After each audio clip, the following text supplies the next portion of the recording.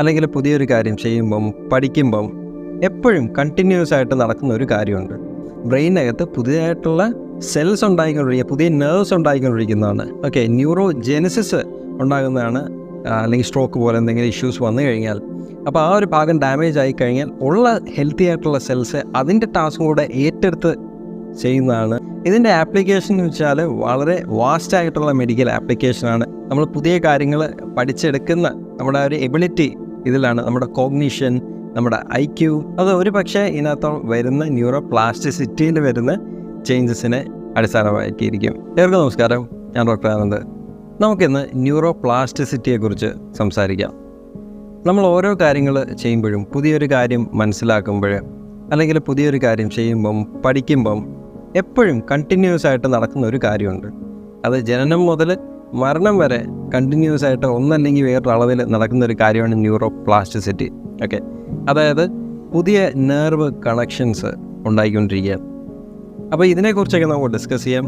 ഇതിനെ എൻഹാൻസ് ചെയ്യാനായിട്ട് നമുക്ക് എന്തൊക്കെ ചെയ്യാം എന്നുള്ള കാര്യങ്ങളൊക്കെ നമുക്ക് നോക്കാം. നമുക്ക് വീഡിയോയിലേക്ക് കടക്കാം.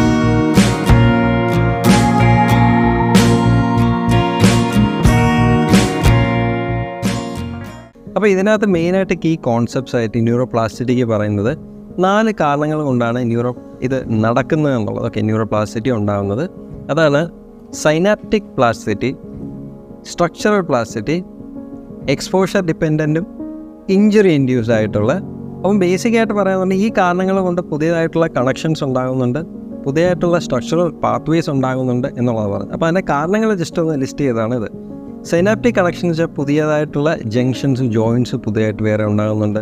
സ്ട്രക്ചറൽ പ്ലാസ്റ്റിസിറ്റി എന്ന് വെച്ച് കഴിഞ്ഞാൽ ബ്രെയിനകത്ത് പുതിയതായിട്ടുള്ള സെൽസ് ഉണ്ടായിക്കൊണ്ടിരിക്കുക, പുതിയ നെർവ്സ് ഉണ്ടായിക്കൊണ്ടിരിക്കുന്നതാണ്. ഓക്കെ, ന്യൂറോ ജെനസിസ് ഉണ്ടാകുന്നതാണ് സ്ട്രക്ചറൽ പ്ലാസ്റ്റിസിറ്റി എന്ന് പറഞ്ഞാൽ. എക്സ്പോഷർ ഡിപ്പെൻഡ് എന്ന് പറയുമ്പോൾ പല പുതിയ കാര്യങ്ങളായിട്ട് നമ്മളെപ്പോഴും കോണ്ടാക്റ്റ് വന്നുകൊണ്ടിരിക്കുകയാണ്. അപ്പോൾ അതൊക്കെ മനസ്സിലാക്കിയിട്ട് അതിനോട് എങ്ങനെ റെസ്പോണ്ട് ചെയ്യണം എന്നുള്ളത് പുതിയതായിട്ട് നെർവ് ഫൈബേഴ്സ് അല്ലെങ്കിൽ ബ്രെയിൻ ലേൺ ചെയ്തിട്ട് അതിനനുസരിച്ച് കണക്ഷൻസ് ഉണ്ടാക്കുന്നതാണ് എക്സ്പോഷർ ഡിപ്പെൻഡൻറ്റ് പ്ലാസ്റ്റിസിറ്റി. പിന്നെ ഇഞ്ചുറി ഇൻഡ്യൂസ്ഡ് പ്ലാസ്റ്റിസിറ്റി ഉണ്ട്. ഇഞ്ചുറി ഇൻഡ്യൂസ്ഡ് എന്ന് പറയുമ്പോൾ എന്തെങ്കിലും ഒരു ഇഷ്യൂസ് വന്ന്, അല്ലെങ്കിൽ സ്ട്രോക്ക് പോലെ എന്തെങ്കിലും ഇഷ്യൂസ് വന്നു കഴിഞ്ഞാൽ, അപ്പോൾ ആ ഒരു ഭാഗം ഡാമേജ് ആയി കഴിഞ്ഞാൽ ഉള്ള ഹെൽത്തി ആയിട്ടുള്ള സെൽസ് അതിൻ്റെ ടാസ്കും കൂടെ ഏറ്റെടുത്ത് ചെയ്യുന്നതാണ് ഇഞ്ചുറി റിലേറ്റഡ് പ്ലാസ്റ്റിസിറ്റി എന്ന് വെച്ചാൽ. ഇതിൻ്റെ ആപ്ലിക്കേഷൻ എന്ന് വെച്ചാൽ വളരെ വാസ്റ്റ് ആയിട്ടുള്ള മെഡിക്കൽ ആപ്ലിക്കേഷനാണ് ഇതിനുള്ളത്. നമ്മുടെ ലേണിങ്ങിലാണെങ്കിൽ, നമ്മുടെ മെമ്മറിയിലാണെങ്കിൽ, നമ്മൾ പുതിയ കാര്യങ്ങൾ പഠിച്ചെടുക്കുന്ന നമ്മുടെ ഒരു എബിലിറ്റി ഇതിലാണ്. നമ്മുടെ കോഗ്നിഷൻ, നമ്മുടെ IQ, ഏറ്റവും പ്രധാനപ്പെട്ട നമ്മുടെ മെൻ്റൽ ഹെൽത്തിനായിട്ട്, അതുപോലെ തന്നെ ഏജിങ്ങിൻ്റെ ഒരു ഇഷ്യൂ. അപ്പോൾ ചിലർക്ക് കൂടുതലായിട്ട് ഭയങ്കര സീരിയസ് ആയിരിക്കും, ചിലർ കുറച്ചുകൂടെ ലൈറ്റ് ആയിരിക്കും. അത് ഒരു പക്ഷേ ഇതിനകത്ത് വരുന്ന ന്യൂറോ പ്ലാസ്റ്റിസിറ്റിയിൽ വരുന്ന ചേഞ്ചസിനെ അടിസ്ഥാനമാക്കിയിരിക്കും. ഇതിനകത്തെ പ്രധാനപ്പെട്ട ഇൻഫ്ലുവൻസ് ചെയ്യുന്ന ചില ഫാക്ടേഴ്സ് ഉണ്ട്. അതാണ് ഏജ്, എൻവയോൺമെൻറ്റ്, ലൈഫ് സ്റ്റൈൽ മോഡിഫിക്കേഷൻസും അല്ലെങ്കിൽ ലൈഫ് സ്റ്റൈൽ ഹാബിറ്റ്സും, അതുപോലെ തന്നെ നമ്മുടെ ജെനറ്റിക്സ്. നമ്മുടെ ഏജിനനുസരിച്ച് ന്യൂറോ പ്ലാസ്റ്റിസിറ്റി കുറഞ്ഞുകൊണ്ടിരിക്കും. But throughout the life neuro plasticity എപ്പോഴും ഉണ്ട്. അപ്പോൾ നമ്മൾ എപ്പോഴും എൻഗേജിങ് ആയിട്ടുള്ള ആക്ടിവിറ്റീസ് ചെയ്തുകൊണ്ടിരിക്കുക, പുതിയ പുതിയ കാര്യങ്ങൾ ചെയ്തുകൊണ്ടിരിക്കുക. ഇതൊക്കെ ബ്രെയിനിന് സ്റ്റിമുലേഷൻ കൊടുത്തുകൊണ്ടിരിക്കും. അതുപോലെ തന്നെ അതുകൊണ്ട് തന്നെ ബ്രെയിനിൻ്റെ ഏജിങ് കുറഞ്ഞുകൊണ്ടിരിക്കും, പുതിയതായിട്ടുള്ള സെൽസ് ഉണ്ടായിക്കൊണ്ടിരിക്കും.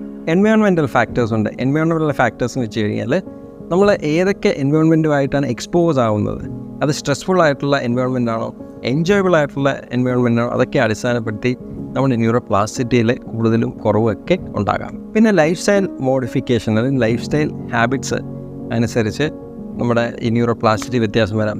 നമ്മൾ വെറുതെ ഇരിക്കുകയാണോ, നമ്മൾ എക്സസൈസ് ചെയ്യുന്നുണ്ടോ, നമുക്ക് ആക്ടിവിറ്റി ഉണ്ടോ, അതൊക്കെ അനുസരിച്ച് ഇതിനകത്ത് വ്യത്യാസം വരും. അതുപോലെ തന്നെ നമ്മുടെ ജെനറ്റിക്സ് വെച്ചിട്ട് പ്രീ ഡിസ്പോസിഷനായിട്ട് നമുക്ക് കിട്ടുന്ന, അല്ലെങ്കിൽ ഗിഫ്റ്റായിട്ട് കിട്ടുന്ന ഒരു കാര്യമാണ് ജെനറ്റിക്സ് എന്നുള്ള കാര്യം. ഓക്കെ, അപ്പോൾ അതിന് നമുക്ക് വലിയ ചേഞ്ചസ് ഒന്നും വരുത്താൻ പറ്റില്ല. എങ്കിൽ പോലും അത് വലിയൊരു ഫാക്ടറാണ് ന്യൂറോ പ്ലാസ്റ്റിസിറ്റി നമുക്ക് ജനറേറ്റ് ചെയ്യാനായിട്ട്. സോ ഇതൊക്കെയായിരുന്നു ബേസിക്കായിട്ട് ന്യൂറോ പ്ലാസ്റ്റിസിറ്റിയെ കുറിച്ച് പറയാനുള്ളത്. നിങ്ങൾക്ക് ഇഷ്ടപ്പെട്ടത് തീർച്ചയായും നിങ്ങൾ ലൈക്ക് ചെയ്യുക. ഇതുപോലുള്ള ഇൻഫർമേഷൻസ് ഇനി കിട്ടാനായിട്ട്, ഇനി എന്തെങ്കിലും വേറെ ടോപ്പിക്കിൽ നിങ്ങൾക്ക് എന്തെങ്കിലും കാര്യങ്ങൾ അറിയണമെന്നുണ്ടെങ്കിൽ തീർച്ചയായും നിങ്ങൾ താഴെ കമൻറ്റ് സെക്ഷൻ മെൻഷൻ ചെയ്യുക. സോ ന്യൂറോ പ്ലാസ്റ്റിസിറ്റി എന്ന് വെച്ച് കഴിഞ്ഞാൽ വളരെ വാസ്റ്റായിട്ടുള്ള, വളരെ പ്രോഗ്രസീവായിട്ടുള്ള ഒരു ഫീൽഡാണ്. തീർച്ചയായിട്ടും നമ്മൾ ഓരോരുത്തരും അതെങ്ങനെയാണ് ഏറ്റവും കറക്റ്റായിട്ടുള്ള മെത്തേഡിൽ നമുക്ക് ന്യൂറോ പ്ലാസ്റ്റിസിറ്റി, അല്ലെങ്കിൽ ഏറ്റവും ഹെൽത്തി ആയിട്ടുള്ള മെത്തേഡിൽ ന്യൂറോ പ്ലാസ്റ്റിസിറ്റി എങ്ങനെ കൊണ്ടുവരാം എന്ന് നമ്മൾ ശ്രമിക്കണം. അതിലൂടെ നല്ല മെമ്മറി പവർ, കോൺസെൻട്രേഷൻ അല്ലെങ്കിൽ എന്തെങ്കിലും ഇഞ്ചുറീസൊക്കെ ഉണ്ടെങ്കിൽ അതിൽ നിന്ന് റിക്കവറി എത്രയും പെട്ടെന്ന് നമുക്കുണ്ടാകും, നല്ല രീതിയിലുള്ള റിക്കവറി ഉണ്ടാകാം എന്നുള്ളതൊക്കെയുള്ള കാര്യങ്ങൾ തീർച്ചയായിട്ടും നമുക്കത് നമ്മുടെ ലൈഫിൽ അപ്ലൈ ചെയ്യാൻ പറ്റുന്ന കാര്യമാണ്. സോ തീർച്ചയായിട്ടും നമ്മൾ ഈ കാര്യം ശ്രദ്ധിക്കുക, നമ്മുടെ സ്ട്രെസ് ലെവൽസ് ജീവിതത്തിൽ മാക്സിമം കുറയ്ക്കുക. So have A happy day. Thank you.